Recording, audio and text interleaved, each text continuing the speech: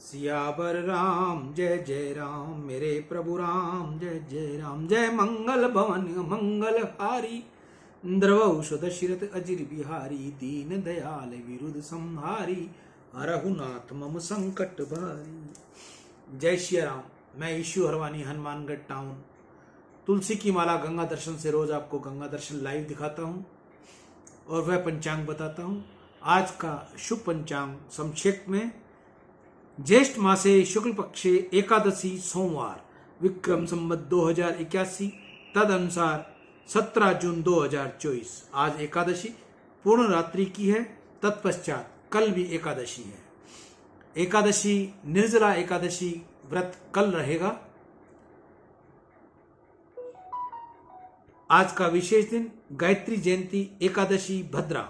सूर्य राशि मिथुन, चंद्र राशि तुला, दिशा शूल पूर्व, अग्निवास पाताल, नक्षत्र चित्रा, ब्रह्म मुहूर्त सुबह 4:13 से लेकर 4:53 के लगभग।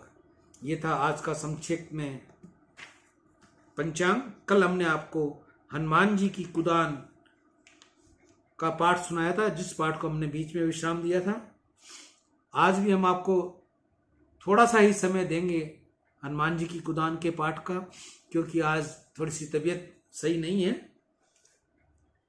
मैं सूर्य चंद्र का वंदन करता हूं, मैं सप्त ऋषियों का वंदन करता हूं, इंद्र राजा की मैं वंदन करता हूं। ये सब मुझे आशीर्वाद दें जिससे मेरा कार्य सिद्ध हो। प्रातःकाल होने की तैयारी थी, उसी समय हनुमान जी विभीषण के महल पहुंचे।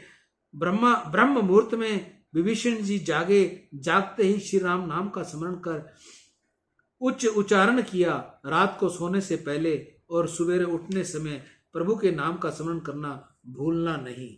प्रभु के नाम का स्मरण करना और शुभ विचार करना आवश्यक है। हनुमान जी को लगा कि इस राक्षसों की दुनिया में यह वैष्णव कौन हो सकता है। परिचय करने के लिए हनुमान जी ने ब्राह्मण का रूप धारण किया और विभीषण के महल में प्रवेश किया। विभीषण ने पूछा कि तुम हरिदासन में कोई, मोरे हृदय प्रीति अति होई। कि तुम राम दीन अनुरागी, आयो मोह करन बड़ भागी। आप कौन हो? कहीं राम तो नहीं हो? प्रातः काल आपका दर्शन हुआ, उससे मेरा कल्याण होने वाला है। हनुमान जी ने समस्त कथा कही। विभीषण ने पूछा कि सीता जी कहाँ?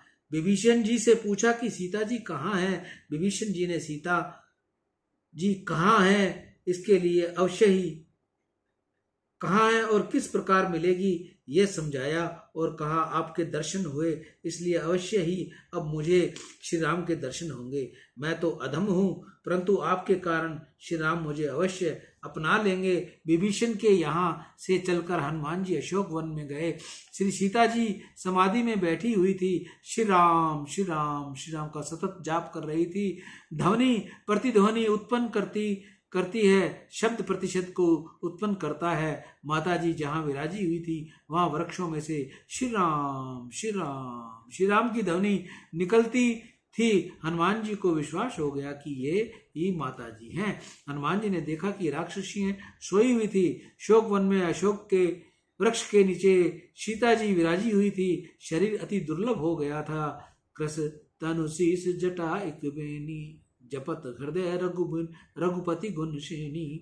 माता जी राम प्रेम की मूर्ति थी। स्वरूप तेजो में था, आंखें अति दिव्य थी। माता जी किसी पर दृष्टिपात नहीं करती थी। माता जी की नजरें नासिका के अग्रभाग पर ही रहती थी। माता जी सतत राम नाम की ध्वनि करती एवं जाप करती थी। माता जी के दर्शन से हनुमान जी को अत्यंत आनंद हुआ। हनुमान जी ने माता जी को मन ही मन प्रणाम किया। श्री सीता के दर्शन करते हुए विश्वास हुआ कि कितना दिव्य स्वरूप है। इनका वियोग राम जी से किस प्रकार सहन कर सकते हैं। मुझे आश्चर्य लगता है। इनका दर्शन करने से ही मुझे अत्यंत आनंद हो रहा है। निश्चय ही मैं कृतार्थ हो गया हूँ। इस और उसी रात्रि में रावण को सपने में वानर दिखाई दिया। सपने में रावण ने देखा कि कोई वानर लंका जला रहा है। राम जी का कोई सेवक लंका में आया हुआ है। प्रातःकाल जागा, तुरंत रावण ने राक्षसों के साथ अशोक वन में सीता जी के पास आया। सीता जी को संकोच हुआ। रावण उनको मारने लगा कि तुम संकोच क्यों रखती हो? राम जी को खोजने का मैंने बहुत प्रयत्न किया है, परंतु किसी समय दिख पाते हैं तो कोई समय दिख पड़ते ही नहीं। कदाचित दर्शते केचित कदाचेनैव दृष्टते। राम जी तो कृतघ्नी है, गुणहीन है, अधम है।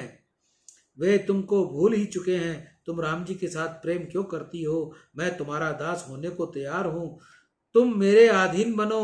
रामायण में रावण राम की निंदा करता है। उस निंदा के शब्दों से टीकाकारों ने स्तुति पर एक स्तुति पर अर्थ निकाला है। वाग देवी के पति श्री राम हैं। रावण तो अभिमान के आवेश में मन चाहे जैसा बोलता है, परंतु वाग देवी रामचंद्र जी की निंदा कर सकती नहीं।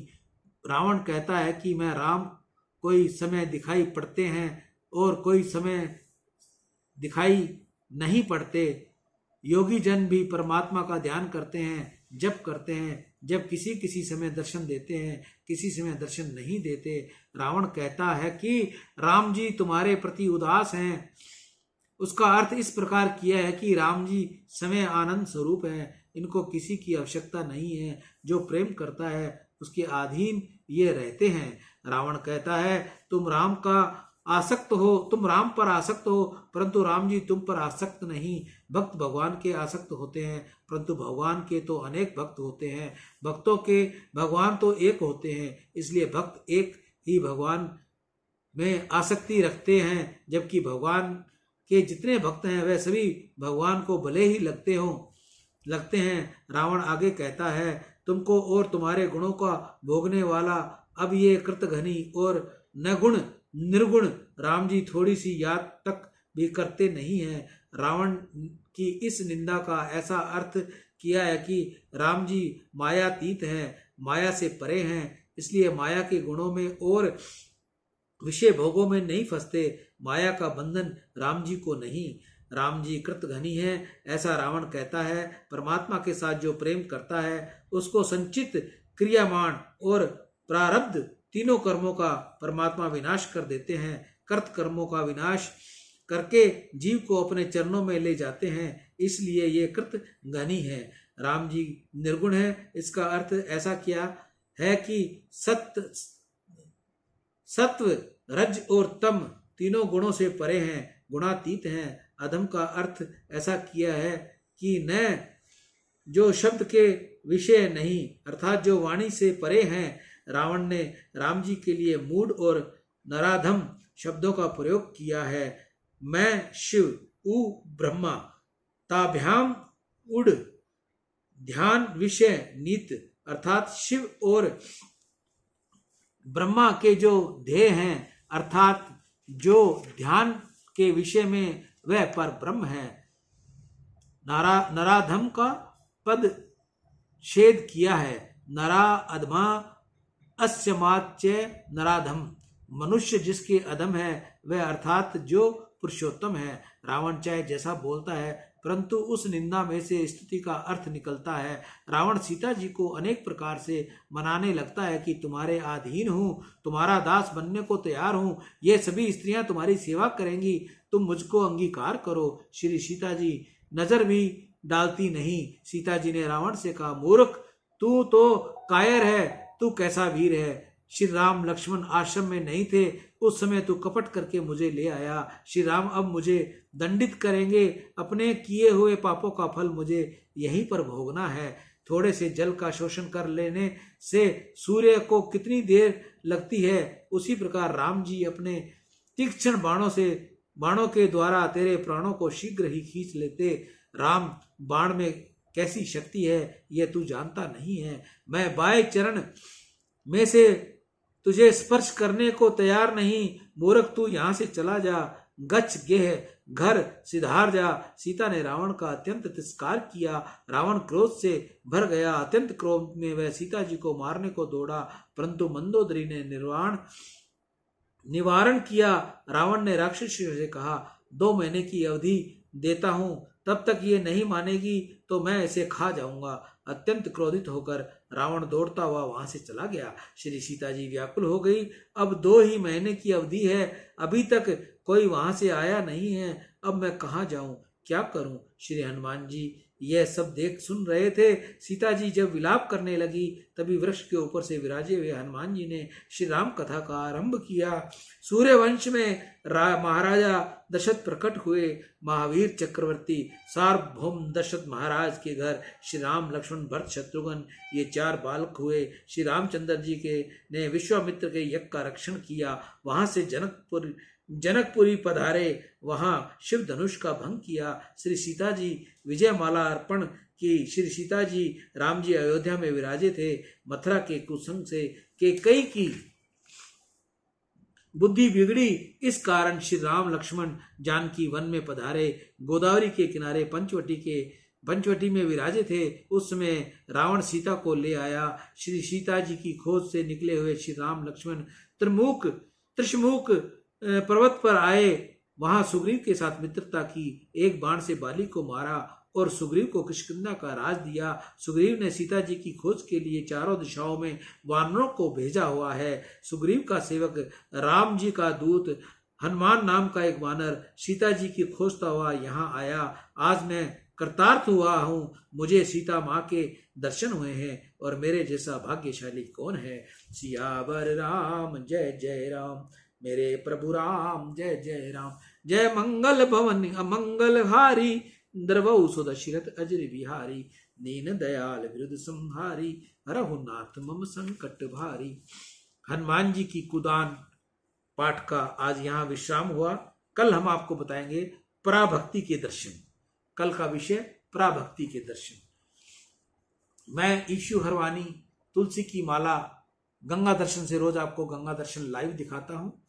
जिस माता बहन के घर तुलसी का पौधा विसर्जन हो गया हो और बहुत सालों तक उस तुलसी के पौधे की आपने सेवा, पूजा, अर्चना की है, तो कृपया उस पौधे को उखाड़ कर बाहर मत फेंकिएगा, कहीं मत छोड़ के आइएगा। उस पौधे को साफ करके, उसकी डंडी, उसकी काष्ठ को साफ करके साफ सुथरे कपड़े में रखकर और उसे अपने पूजा के स्थान पर रखकर उसकी पूजा करें, तो वो आप उसके लिए, आपके लिए वो बहुत भाग्यशाली है। अगर आप चाहो उस काष्ठ से मैं आपको तुलसी की माला बना के दूं या कंठी माला बना के दूं, तो वो काष्ठ आप मुझ तक भेजिए, मैं आपको उससे उचित कंठी माला या